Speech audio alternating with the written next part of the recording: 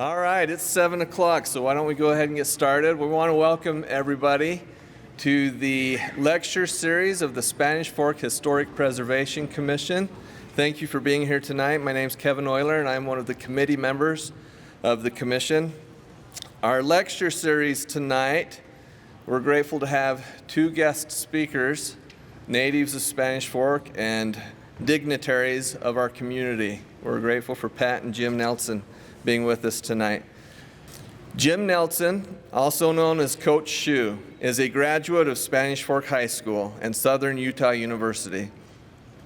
Jim won 6 state championships as Spanish Fork's baseball coach and coached the Dons to a winning record in each of his 29 seasons. During his years at Spanish Fork, he sent more than 80 players into collegiate program. In 2011, Jim earned the National Coach of the Year Award from the American Baseball Coaches Association. When the Dons were ranked as high as number 2 nationally, Jim has been inducted also into the Halls of Fame by SUU, Nebo School District, Mountain West Baseball, and the Utah Sports Hall of Fame induction in 2017. Coach always says that if you are a better person in school and in the community, you will be a better person on the field. The Nelson family has close to 70 years of experiences at Spanish Fork High School. As students, each of the family members attended 3 years each, and as faculty members, Coach Shu was there for 34 years. Coach Shu's wife, Pat, was a longtime mom of the Dons for the Spanish Fork baseball teams.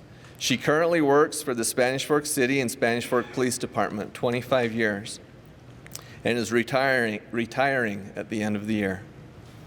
Jim and Pat have 4 children, and 2 of them have followed in Jim's shoes. His son, Coach Gubb, has been there for 10 years. Brock is in his first year of being a counselor at Spanish Fork High and hopes to be there longer than his dad.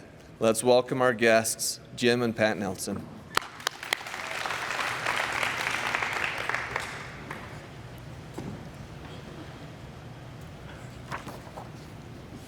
Thank you, Angela, for this opportunity to stand up and talk a little bit about this old girl that we've attended since 1962 to 2024.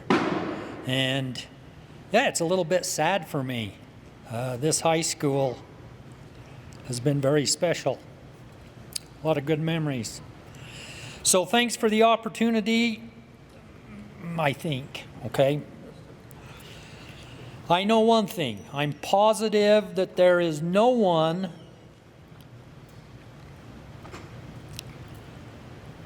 that loves Spanish Fork High School as much as I do. Now let me just correct that. There's plenty that love it probably as much as I do, but there is no one that loves Spanish Fork High School more than me. Ask my little brother, who is a vice principal at Maple Mountain, and he will tell you that that is a true statement, okay? Because whenever we talk about Maple Mountain, I'm Spanish Fork all the way, that's all I'll say, okay? I've spent close to 40 years teaching and coaching here, as Mr. Euler stated, at this great institution. I do feel a little bit inadequate at this time in being asked to present and to talk about Spanish Fork High School, because, you know, we could have got any one of the wonderful principals that have been here.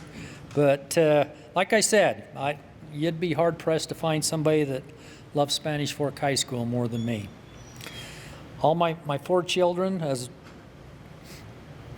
Mr. Euler stated, have attended Spanish Fork High School. Gubb and Wendy taught here for a combined 25 years or so. Brock is just starting. He's got 1 year, so he has 33 more to go to catch me. And you know, if you total up all of our family, it's been about 70 years here at Spanish Fork High School. And at one time, hello Maze, at one time I planned to involve all the family at this, but hey, even the church has figured out that 1-hour meetings are perfect. And if we would have included the whole family, it would have been a lot longer than 1 hour. Pat had her nose in yearbooks for 2 months. So, well, what do we plan to do is Pat's going to talk to you a little bit about the history of the high school. Like I said, she did the most research. I've got to pat her on the back. She did a great job in getting info and going through info and talking to people. And if you haven't figured it out, she's a lot more of a people person than me. I'm kind of a to myself guy. So Pat's going to talk first, and then after she's done talking about some of the history of the high school, I'm going to talk about a little bit of the sports history and athletics and a little bit about how Spanish Fork baseball tradition came about. So without further ado, I'll turn the time over to my lovely wife, Pat.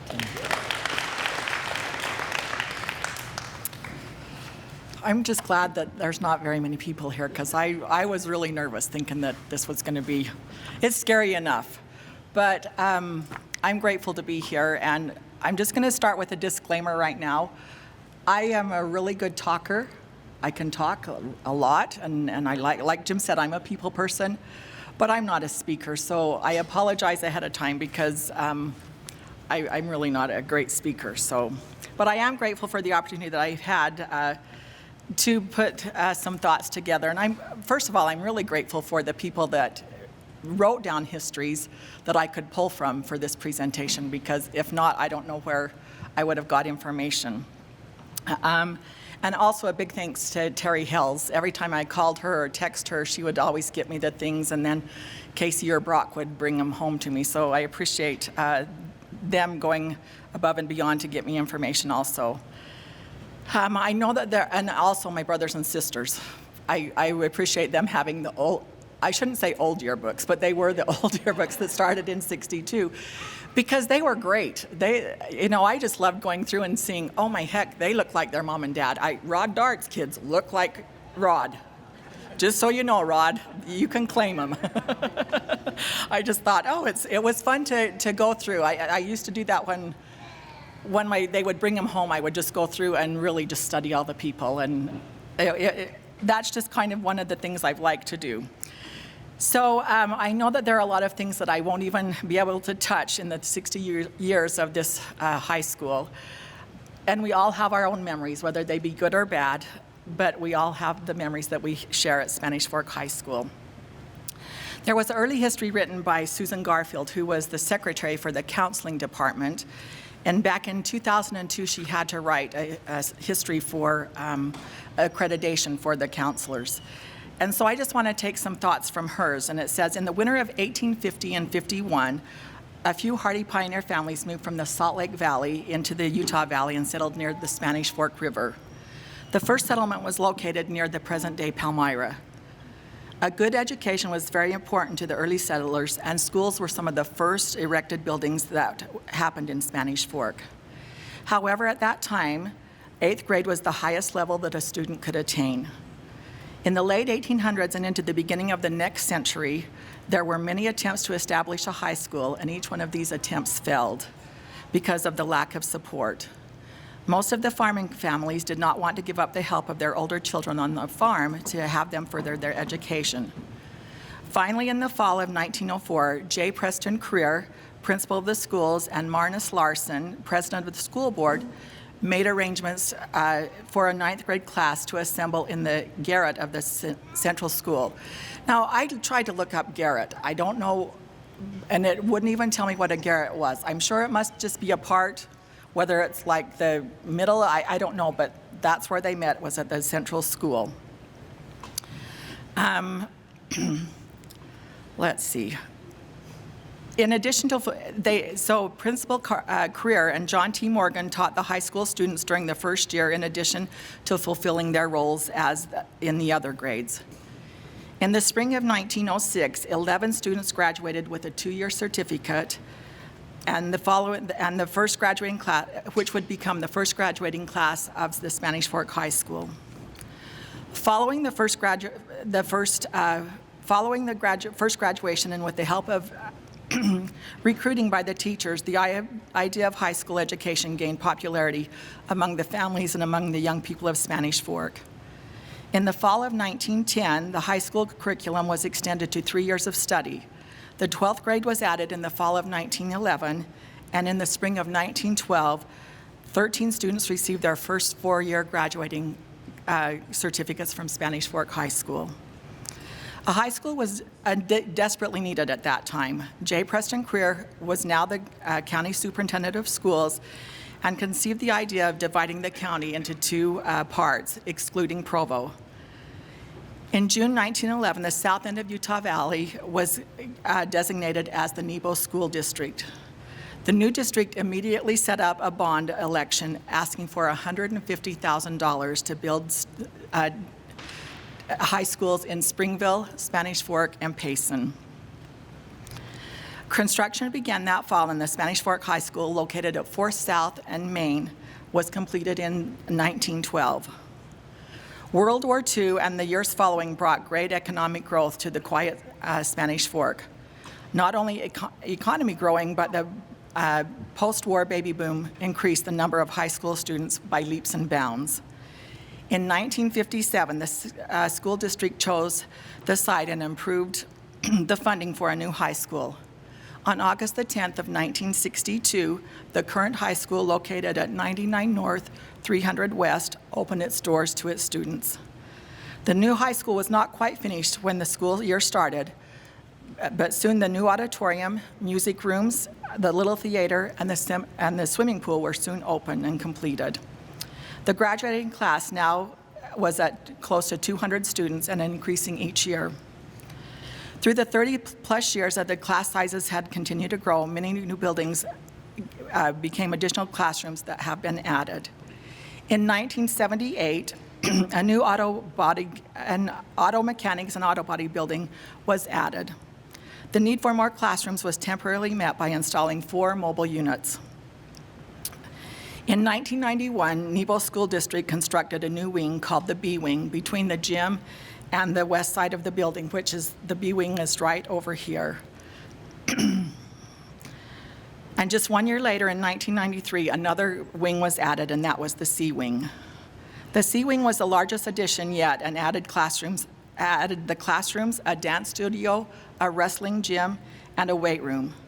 And in the fall of 2002, one more building was completed, and this was the D Wing, which added 9 more classrooms, a gym, and a locker room. Graduating seniors at that time now numbered over 500, with each class getting bigger.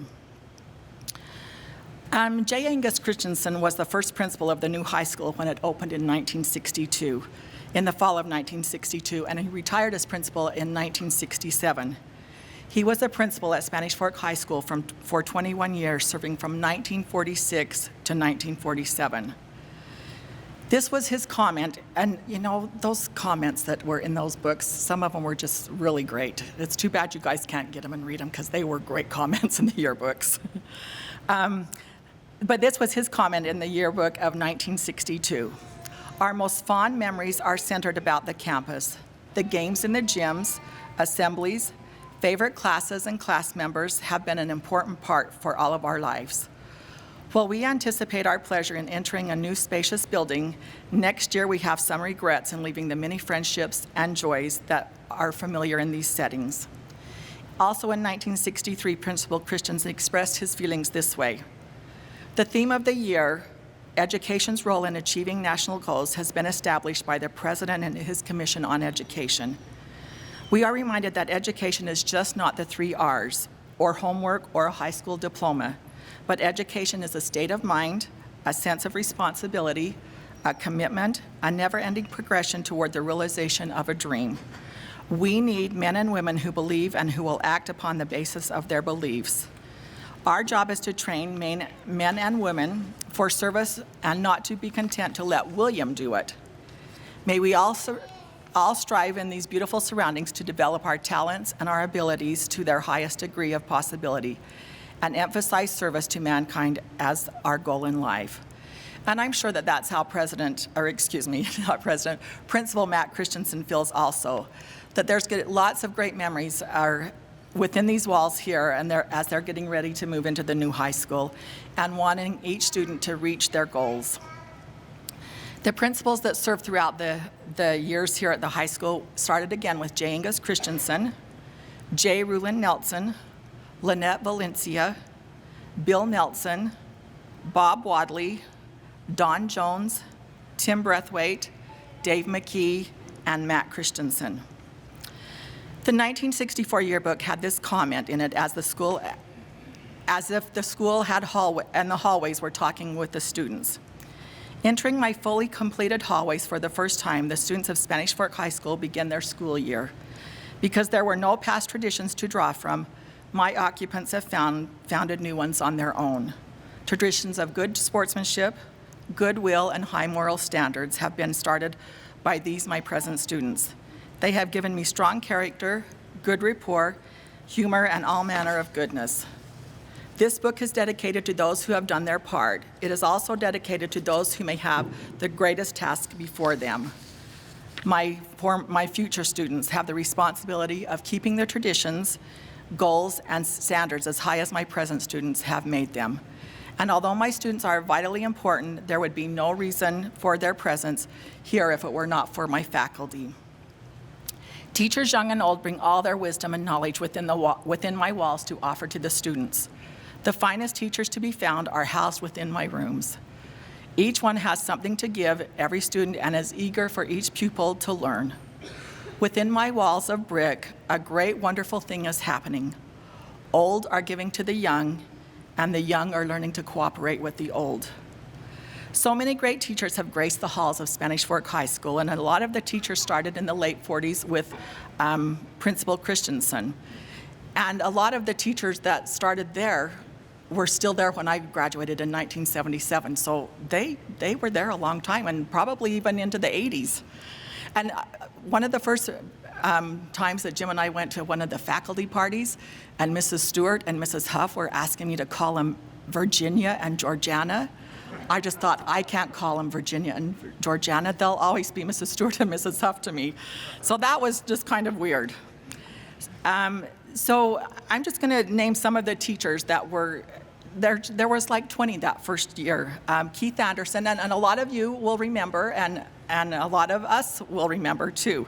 Keith Anderson, Ruth Andrus, Bob Backman, Varian Bartholomew, Gus Black, Robert O. Bowen, Laura Creer, B. Davis Evans, Don Fuller, Joyce Henderson, Genevieve Larson, Jack Leifson, Boyd Luke, Terry Morrill, Bill Nelson, Fern Olson, Max Sly, and at the time, Max Sly and Bob Bothman were very eligible bachelors at that time. Virginia Stewart, Thane Stone, Eileen Swenson, Lucille Taylor, and Leslie Winters. And then just some of I asked my kids some of not who their favorite, but who some of the teachers were, and some of them were there when I was there. Stuart Frankham, John Bingham, Michelle Boyack, Lane Shepard, Ivan Clark, Marianne Hillier, who was Mrs. Andrus's daughter. A lot of these, it's interesting because their parents were teachers, and then a lot of their kids have also taught at the Spanish Fork High School. Coach Gardner, Mike Gardner, Coach Snell, Ann Dart, Mr. Brimhall, Amanda Rosello, Richard Bruff, who he's probably the one that should be up here talking. He was here a long, long time. Senior Strange, Dion Youd, Curtis Burton, Mr. Jackson, and then Waldo Davis was here when I was here. I like the saying on the outside of the large auditorium, "Here we learn for life." I think that goes for both the students and the teachers. Here we learned for life. Great things happened over the 62 years within the walls of the Spanish Fork High School.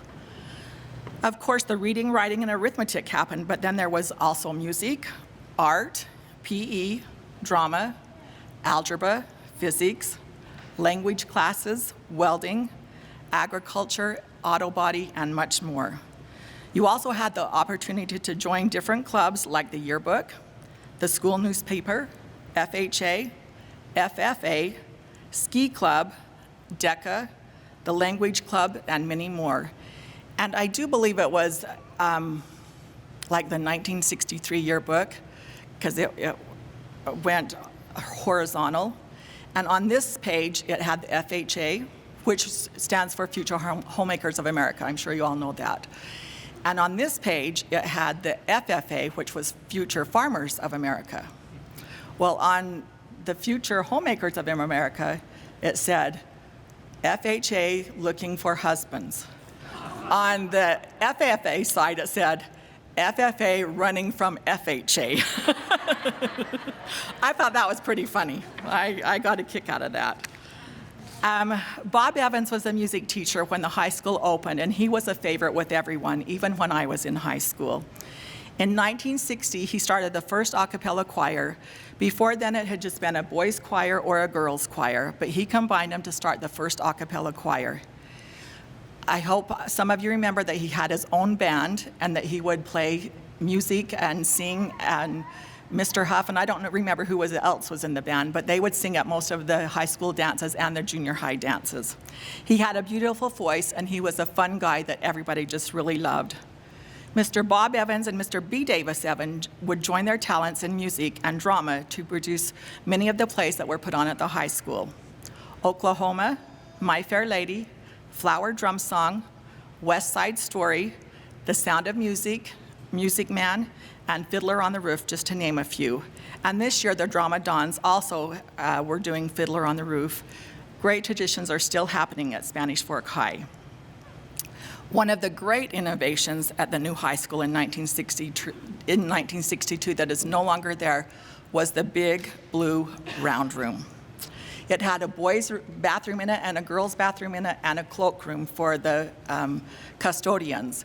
And as a Greenie sophomore, you were told that there was also elevator in the round room that would take you to the basement. And as a Greenie sophomore, I never did find the elevator, and I never did find the basement at the high school.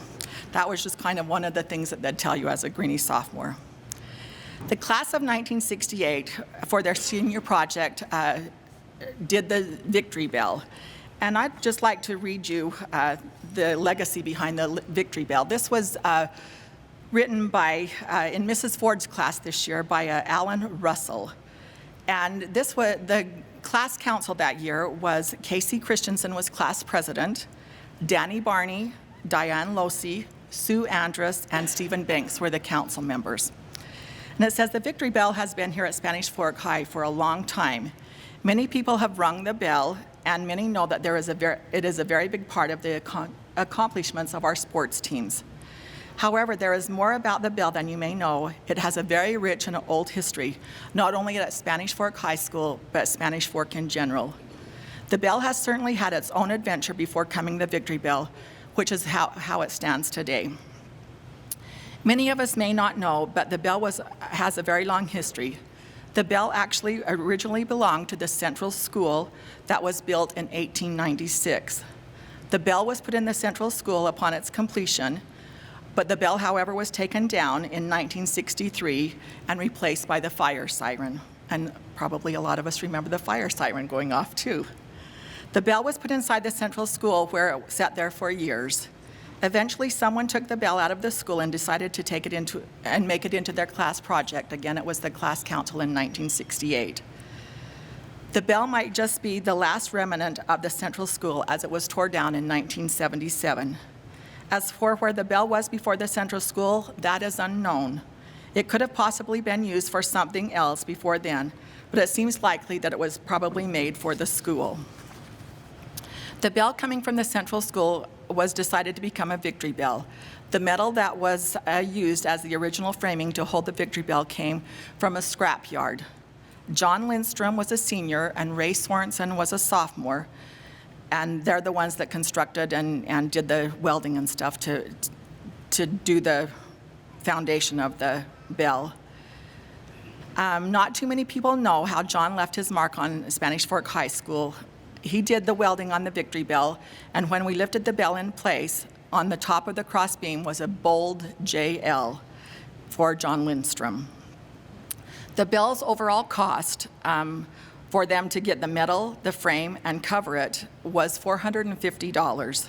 The Victory Bell, which was called the Liberty Bell at that time, has popularly received the name of the Victory Bell because of the fact that the sports teams would ring the bell after their win. It is a wonder if the class of 1968 ever expected the bell to become such an important part of Spanish Fork High School. The bell's tradition has thrived for many years. Many times it has been rung because of the victories from the past classes, and many times it has been moved as well, from where it was by the D building to the old football stadium, and now it's by the new football stadium. The bell also has been repainted and just kind of spruced up when it was moved over to the new stadium. The bell is definitely a landmark of Spanish Fork High School. I can definitely say that I am sure that many victories from the future dawns and the legacy of the class of 1968 will continue to live on through the Victory Bell. So that's just kind of some interesting information on the Victory Bell. In 1970, that started a great new decades and new traditions for Spanish Fork High School. 1972 was a great year for all the girls in Nebo School District and all the girls in Utah. I found out it was in Utah too. We could finally wear pants to school. We didn't have to wear dresses anymore. We couldn't wear Levi's, but you could wear really nice pants or a pantsuit. But we didn't have to wear dresses every day. So that was a huge, huge thing for girls. And who can forget, in 1970, Mr. Keck was the new music teacher.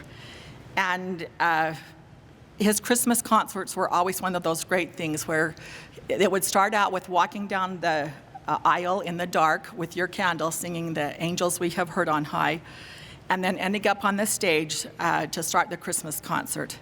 The ending of the concert was always the Alleluia chorus, inviting old choir members to come and join. That was another great tradition that went on for years. 1972 also brought the year the Ashi Baba started. Now, I asked Jim, and Jim actually knew this story, and I was really surprised because he's not a trivia person, and he knew how the story started. But I called Earl. Well, we're not talking about baseball trivia. Anyway, in 1972, there was a underground pizza, which was by Child's Bakery, and there's some stairs that go down, and it was called Beneath the Street Pizza. And two guys from Chicago actually opened this Beneath the Street Pizza, and they happened to come to, probably to get the kids to come to their pizza joint, but they came to a high school and just kind of showed them this tradition that they had back in Chicago, and it was where, I don't know how many of you were over there, but they would yell, to get school spirit, Ashi Baba, and then the student body would yell back, hey, hey. And some of them did it over there, and that was really fun. And the first Ashi Baba that Spanish Fork had was Earl Davis, who is from Salem.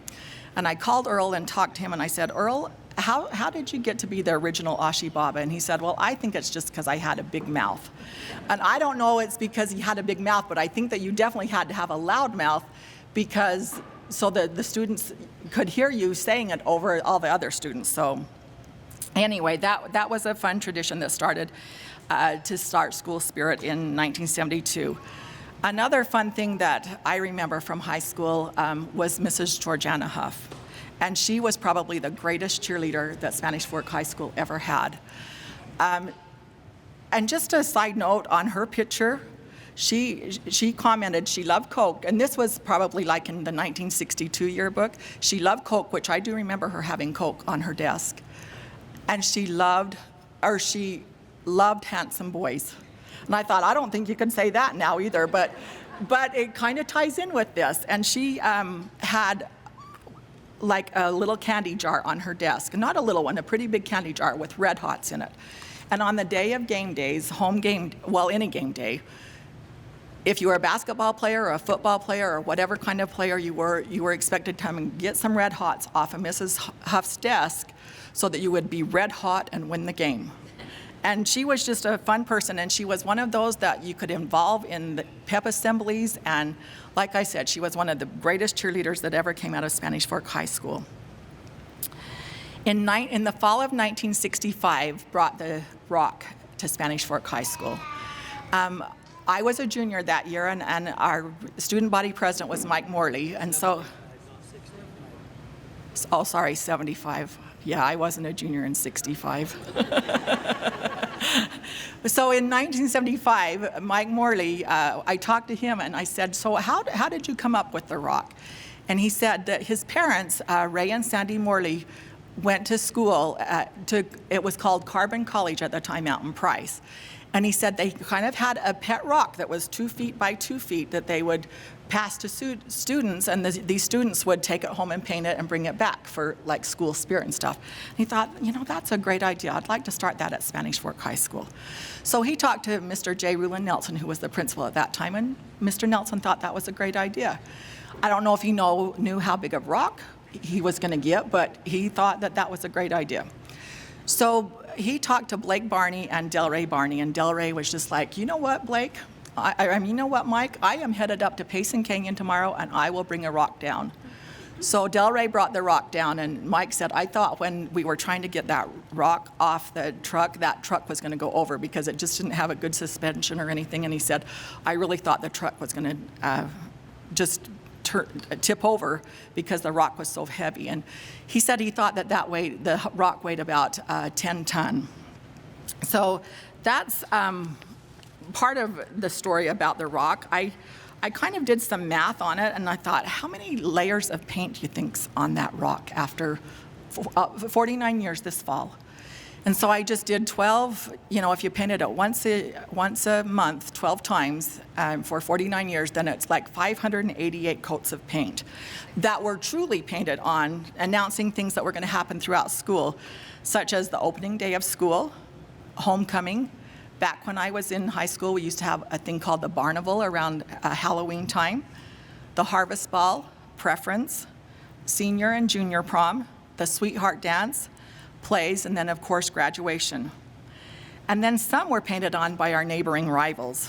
One year made the yearbook in 1989, where our rivals from Payson had painted it green, and then they tarred and feathered the rock.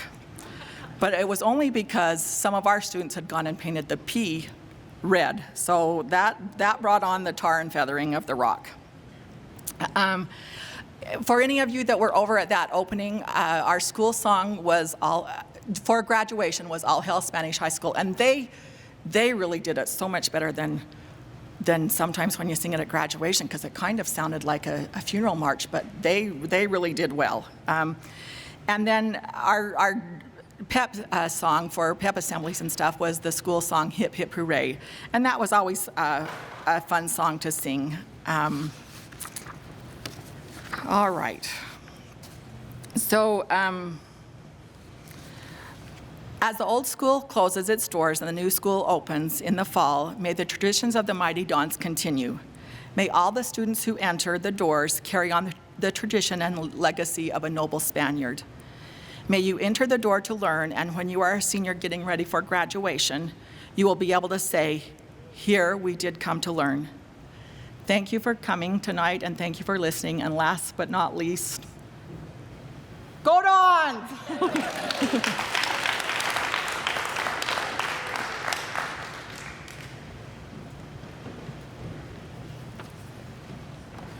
Thanks, Pat. That was excellent. I'm probably not as good as orator as Pat. So what I'll probably do is this. I'll either dazzle you with brilliance, which I highly doubt, or I'll baffle you with bullshit, which I'm really good at. So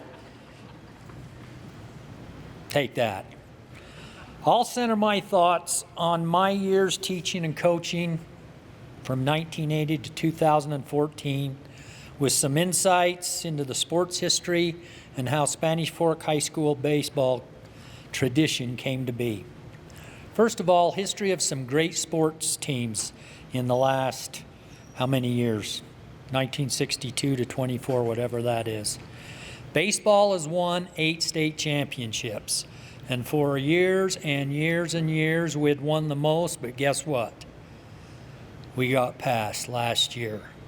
Spanish Fork softball has now won 9, and I would say they're probably well on their way to their 10th this year, because they're pretty much dominating. And so good for them. Wrestling has won 4, including they won the state championship this year. Track has won 5, which I didn't realize that. Cross country had won 1, which Dave Boyack, I hadn't realized that. Golf has won 2 or 3. Somebody said 4. You know, it would have been easy, but they took all of those down. And so it wasn't so easy. Nobody knew. So where I got with Brian Beck, who usually is right on. So he's my guy that gave me the info on this. Volleyball has won 2 or 3, and then he said maybe even 4. So cheer and drill have won a couple apiece. Basketball won 1, but it was in 1914. Okay, and they were in the semis 2 or 3 different times. I know when I was coaching in the 90s with the Reed boys, I think we were in the semis once. But in football, Doug Snell says, well, we didn't win very many state championships, but we knocked some head. So, in other words, we might not have been all that successful, but we hit hard, and we played hard, and we had that reputation. So football did play, I think, for 2 or 3 in the semis 2 or 3 different times. And again, don't hold me for exact numbers because, like I said, the banners have been taken down. But along with those state championships, there's been a number of great coaches. I think back to when I was a sophomore, Gus Black, I think that was his last year. Dirty pot liquor. That was Gus Black's famous saying. He was a horse racer and a horse jockey and a basketball coach, and he wasn't afraid to use a little slang every now and again. He was a great guy. My dad was actually the manager for the basketball team. He wasn't good enough to make the team, but he was the manager, and Gus Black was the coach. And then Thane Stone. Thane Stone was the football and the baseball coach, and for my dad. And you know, back there, back then, if you coached 2 or 3 different sports, if not all the sports. I mean, so Thane Stone was a football guy. I'm sure he didn't know a heck of a lot about baseball, but he was the baseball coach also. Then there was Delroy Anderson. I love Delroy Anderson. I have a ton of respect for him. He's part of the reason I went into coaching. He's part of the reason why I got a job at Spanish Fork High School, because my dad told me I couldn't work in this district when I was finished my student teaching because the superintendent was a Nelson, the principal was a Nelson, even though he wasn't one of our Nelsons. Bill Nelson, he says, you're just going to have to go somewhere else because of nepotism. And Delroy Anderson said, to hell with that, okay? And he went to bat for me. And he more or less is the one that got me hired here at Spanish Fork High School. He said, hey, he's going to be a good coach, I think. We can't pass on him, no matter what. So anyway, he had a great deal to do with me getting hired, but I played for him, and I also was around him when I first started to teach. He was the coach for 2 or 3 more years. And then there was Mike Gardner that coached back in 68, I believe. Rod, am I right? 68, 69. He was the coach for the team that I thought was probably the best basketball team we've ever had. Yeah, Mike Atwood and those guys. Yeah. And then I think he left to go to Snow College and coach, and then he ended up going to Davis. And then there was the other Mike Gardner who coached basketball for 12 years, did a great job. Joel Gardner was Mike's cousin, I believe. He was a good basketball coach. Larry Shirtliff took over for him. Then we had football coaches, Dave Clark, Everett Kelly-Opolo, not Ben Ojai, he was the wrestling coach, Doug Snell, Scott Brumfield, Matt Christensen, Kurt Chambers. In wrestling, we had Al Albright, Ben Ojai, Lane Shepard. Kip Spencer's our wrestling coach now, and they won the state championship, as I said. Dave Boyack and Bart Thompson were in the track, and they did a good job there. Bob Evans, Pat talked about Bob Evans and what a great music teacher he was.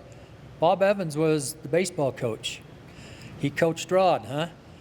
You know what? And he probably, I doubt he probably knew a lot about baseball, but he did know kids. He did know kids. And if you know kids, and you get along with kids and you know how to get them organized, you can be a successful coach. So Bob Evans was the start of the baseball tradition. Tim Breathwaite was baseball coach for 12 years. Gub was for 10. I was for 29. So I hope I'm in there somewheres.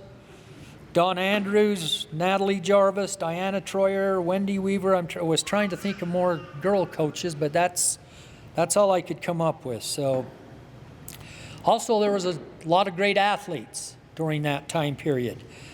I got my info from a lot of the coaches and people that I knew that had been involved with a lot of athletics throughout the course of Spanish Fork High School. Jack Sheen was mentioned a lot, Steve Downey, David Johnston, which is better known as Rega, Scott Johnson, which is my brother-in-law, Pat's brother, was mentioned a lot. He was a tremendous athlete. Kent Cook, the Stewart sisters were mentioned quite often, the Reed boys. And so those were the ones that were mentioned most by coaches that I talked to. We also have some pro athletes. Included in there is Steve Gardner, who I think made it briefly to the big leagues with the Houston Astros. I may not be correct on that, but I thought he got what they called a cup of coffee in the big leagues.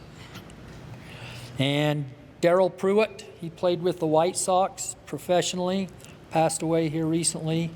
Tyson Brummett, he made it to the big leagues. He pitched for the Phillies, and unfortunately he passed away here recently also. Tyler Hanks, Cy Nilsson, and Andrew Pintar. Cy Nilsson and Andrew Pintar, they're in high A right now. They're doing very well, and they could very well be promoted to double A here before long, and they're living the baseball dream right now. Scott Brumfield was a professional football player. Robbie Reed was a professional basketball player, not in the NBA, but over in Europe. He played professionally. And, you know, maybe there's more, but those are the ones that I can think of. So,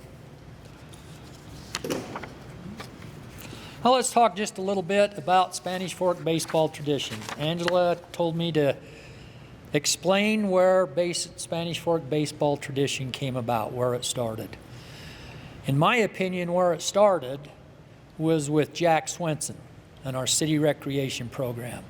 We had a program second to none that involved tons of kids. Everybody in the town wanted to play baseball on some little league team. And, you know, I think that was a result of Jack and his city recreation program. It just wasn't state known. It was known all over the western United States. It even was on Paul Harvey that per capita there's more baseball played in Spanish Fork than anywhere in the nation. And so it started with Jack Swenson. I got a lot of respect for Jack Swenson, and in fact, I always, if I'm speaking publicly, want to put in a shot for this, and that is we're building a new recreation center down there, and that new recreation center ought to have Jack's name on it, because he is the father of Spanish Fork recreation. And to me, it's a travesty if his name isn't on that building, but we'll see what happens. Also, the start of Spanish Fork baseball tradition was a group of probably 20 or 25 fine youth league coaches and longtime baseball diehards that coached forever.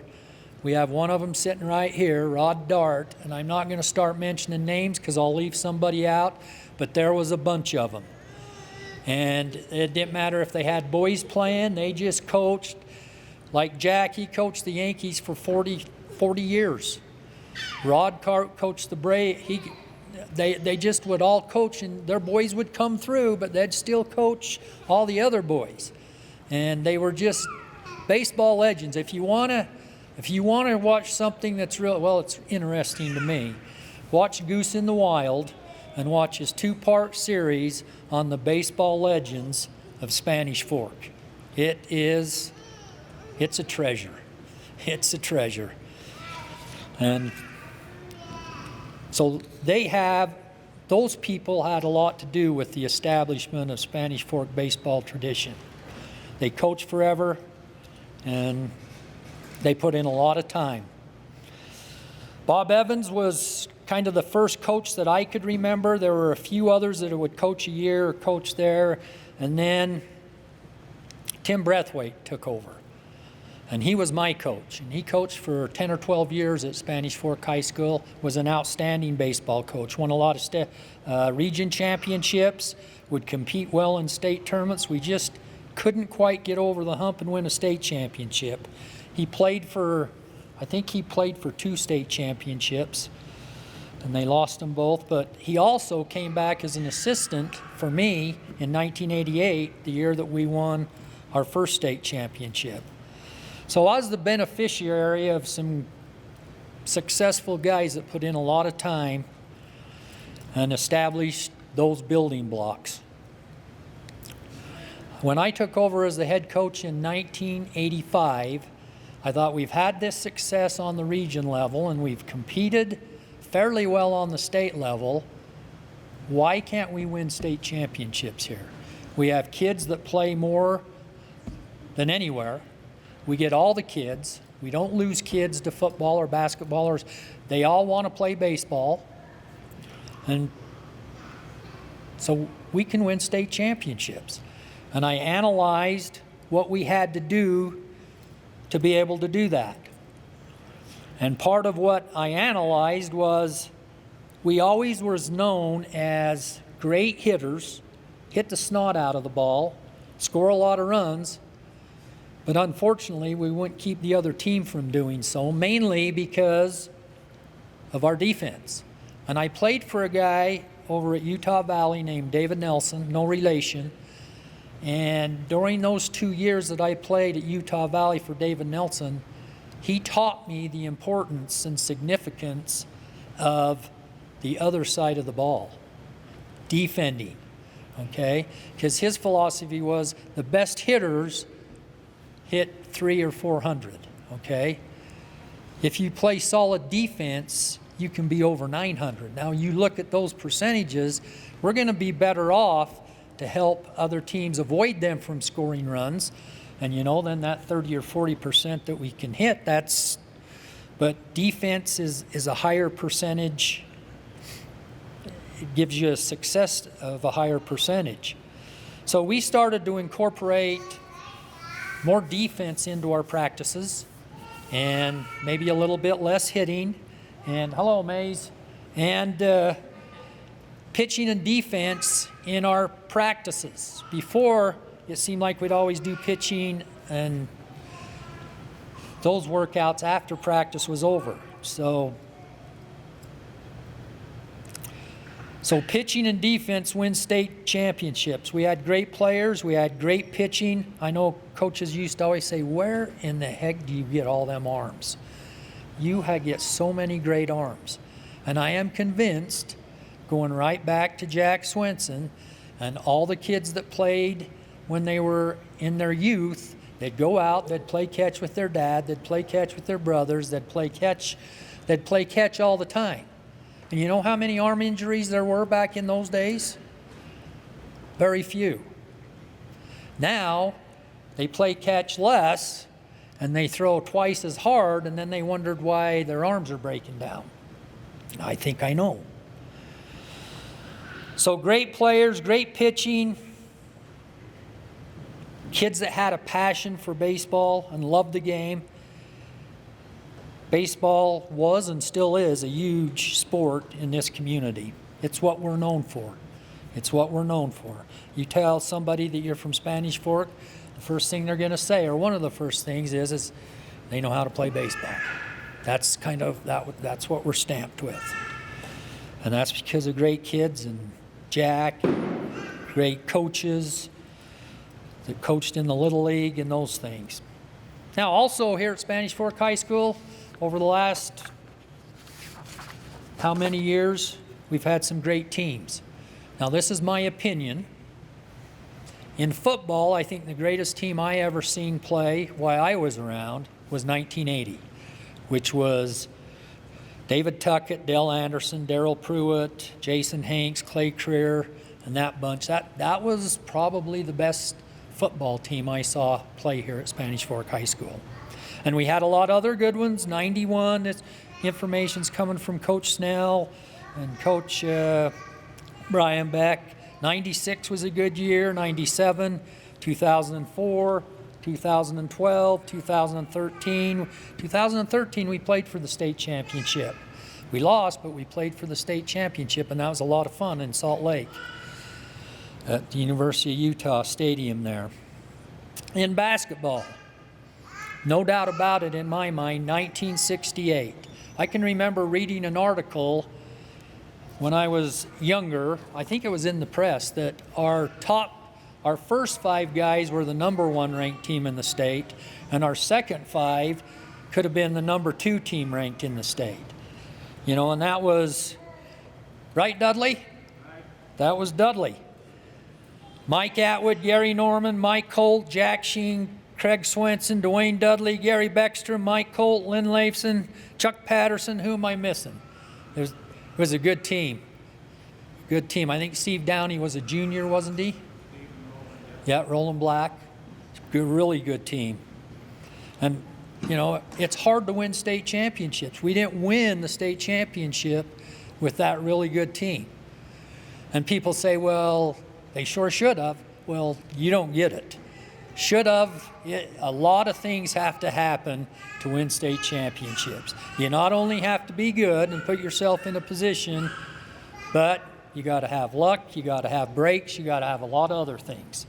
So I always got a kick out of people that says, man, you got all these returners back, you guys ought to win the state championship. And inside I just go, you have no idea, no clue. The other really good basketball team was 1973. Craig Searle, in my opinion, Wells Broadbank, Rega David Johnston, Jim Jones, Jim Brown. That was a good basketball team. Joe Gardner was the coach. Baseball now, this is a toughie for me.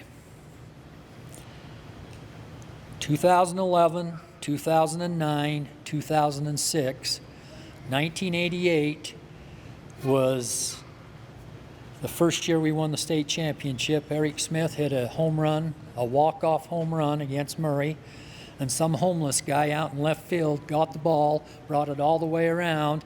He come walking in the stadium and presented that ball. I can't remember if he presented it to me or Eric Smith, but what a thrill that was to win our first ever state championship. 2011, we finished number 2 in the nation. Now, if you stop and think,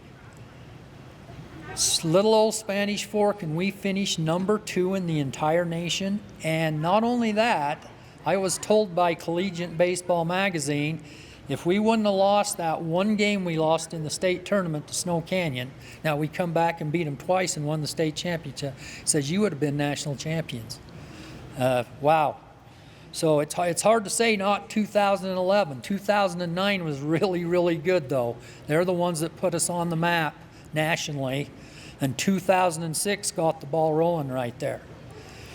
1992 was Greg Lindsay and Robbie Reed, and we dominated. Those were all those state championship teams were really good. But you know what? We had 4 or 5 other teams that were just as good as those teams that you didn't win it, because you got to be lucky. You got to get breaks. Things have to go right. So I was very proud of the fact that in baseball we always finished pretty much in the top 5, always in the state. Softball, Don, he couldn't decide. So this is what he told me. 2017 was his best. 2023 was 1A, so that was last year. 2011, 2006, and 2000 were his top 1, 2, 3, 4, 5. And he said his most talented was 2008. But they didn't win it. Again, you have to be more than just good. Wrestling, Lane Shepard said 1984, no doubt about it. Probably because that's probably when the Shepard boys were wrestling. All right, we've been here plenty long enough. Like I said, even the church figured out that an hour meetings are perfect. In conclusion, I love Spanish Fork High School. I'm going to hate to see this building come down. I've spent 35 years in this building, and we've won 6 state championships. My son has won 2 others. And man, there was Nelson involved with Spanish Fork baseball for 50 years, and now we're turning it over to the Thorpes. My family spent close to 70 years in this building. All my kids have graduated. I loved our mornings in the coach's office with various coaches. The coach's office was our faculty room. We might even stole a cup of coffee every now and again. Teachers, janitors, administrators, we'd all gather in the coach's office and get ready for the day. I loved Spanish Fork baseball tradition. It's still dear to my heart. I loved the wins, hated the losses. Loved the state championships. But most of all, I loved practicing with those players and coaches. I loved my players. They were dear to my heart. State championships come and go, but I still run into players. I love my players, and I love my coaches. And I can't give my assistant coaches enough credit because some of them stayed, like Dudley, they stayed with me forever. Hell, they wouldn't make a nickel, for the whole season. But they'd stay with me, him and Coach Youd and Coach Whites. I was very blessed to have a little brother that understood pitching, because I sure in the heck didn't.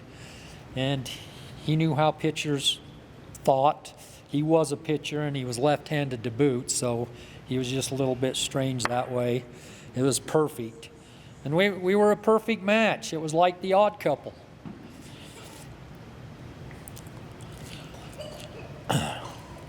So thank you, players and coaches.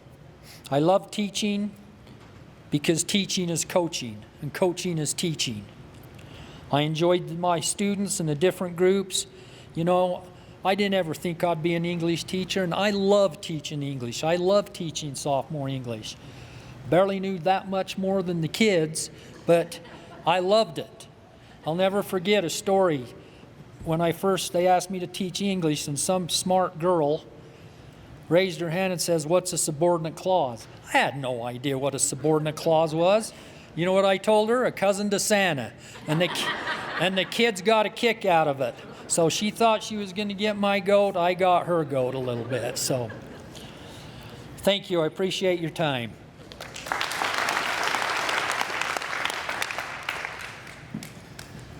Jim and Pat, thank you. Thank you not only for speaking tonight, but thank you for the many, many years of dedicated service to the community of Spanish Fork. And the many, many lives, especially of our youth, that you've influenced and been great examples for. So thank you. One more round of applause for Jim and Pat Nelson.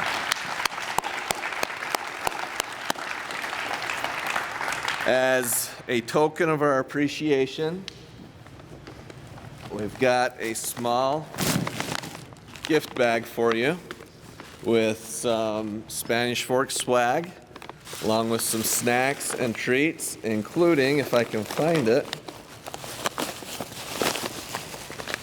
some Big League Chew. So thank you.